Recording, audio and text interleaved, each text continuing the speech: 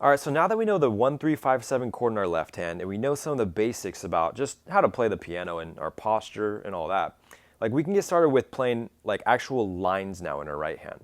So, up until this point, we can solo in all the white keys, but if you don't really know what to go for, then it's gonna get pretty boring for you. Although, I do want you to be able to feel each note that you're playing and really tune into that. And just play the notes in any order that you want, but just try to kind of get fluent in this all white keys scale. And then while you're doing that, let's work on this concept called licks. So a lick or a line is just a rhythm that's repeated over and over and over again in a solo. And a lot of solos are really composed of just a bunch of licks over and over and over again.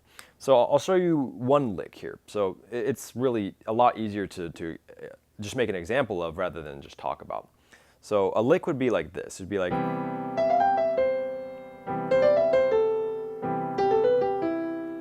if you notice that like what I'm doing is I'm playing I'm playing the same rhythm, but I'm just moving the notes down instead. So a lick is just like a rhythmic element that's repeated over and over and over again up or down the keyboard. Or just something that's repeated over again to make a solo like sound good. So if I was just soloing, I was soloing on this C chord in my left hand, and I'm just playing in all white keys. Say I'm going.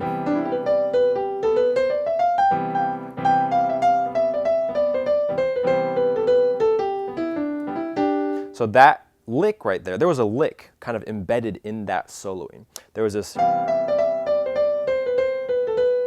It's just a repeated rhythmic element that I just do over and over and over again because it sounds good as I move down the keyboard. And then eventually I'm going to switch to another lick and then just kind of take off with that. And you'll notice how in soloing, that's really all it is. It's a soloist moving from one lick to the next, and they're just, just kind of like, I'll take a lick.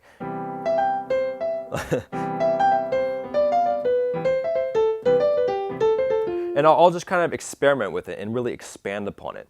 But if you notice, all I'm doing here is I'm just playing all the white keys, but I'm just playing all the white keys. That's really it. And I'm just kind of taking that rhythmic element and moving it up or down with my right hand. So here, I'm going to play just a solo. If I was soloing on this C major chord, just see if you can spot the licks. It'll just be a repeated element or repeated notes that are played, again and again in the same kind of way. But you should be able to spot it because it'll sound similar, but it won't be the exact same as the first time I started the lick. So it'll be like. So there, I started with a lick, and then after I got done with that lick, I went to another way of playing, and then I was going to go into another lick after that. So just spot these licks. So lick. That was one lick.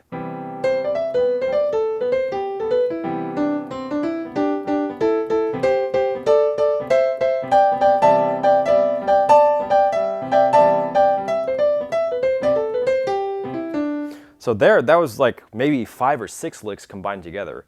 And if you notice, I went like. And don't worry about the notes here, but just think about the licks. So this is going da da da da da da da. That's the rhythmic element there.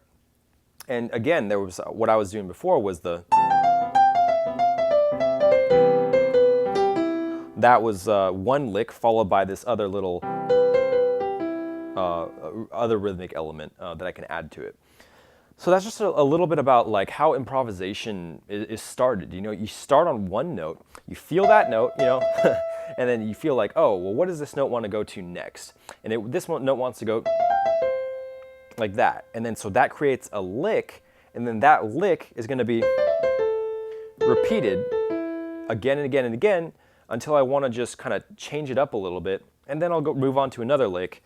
And that's a really easy way to think about soloing and improvisation. And I encourage you to go listen to a lot of other jazz artists, and you'll hear these licks kind of embedded in their music, and it'll be like just repeated like over and over and over again, but they'll use it in a really cool way. But other than that, you can just take this C chord in your left hand, and then you can start soloing all white keys with your right hand. And in the next lesson, I'm going to give you another chord to be soloing with, so we can kind of spice it up in the left hand as well.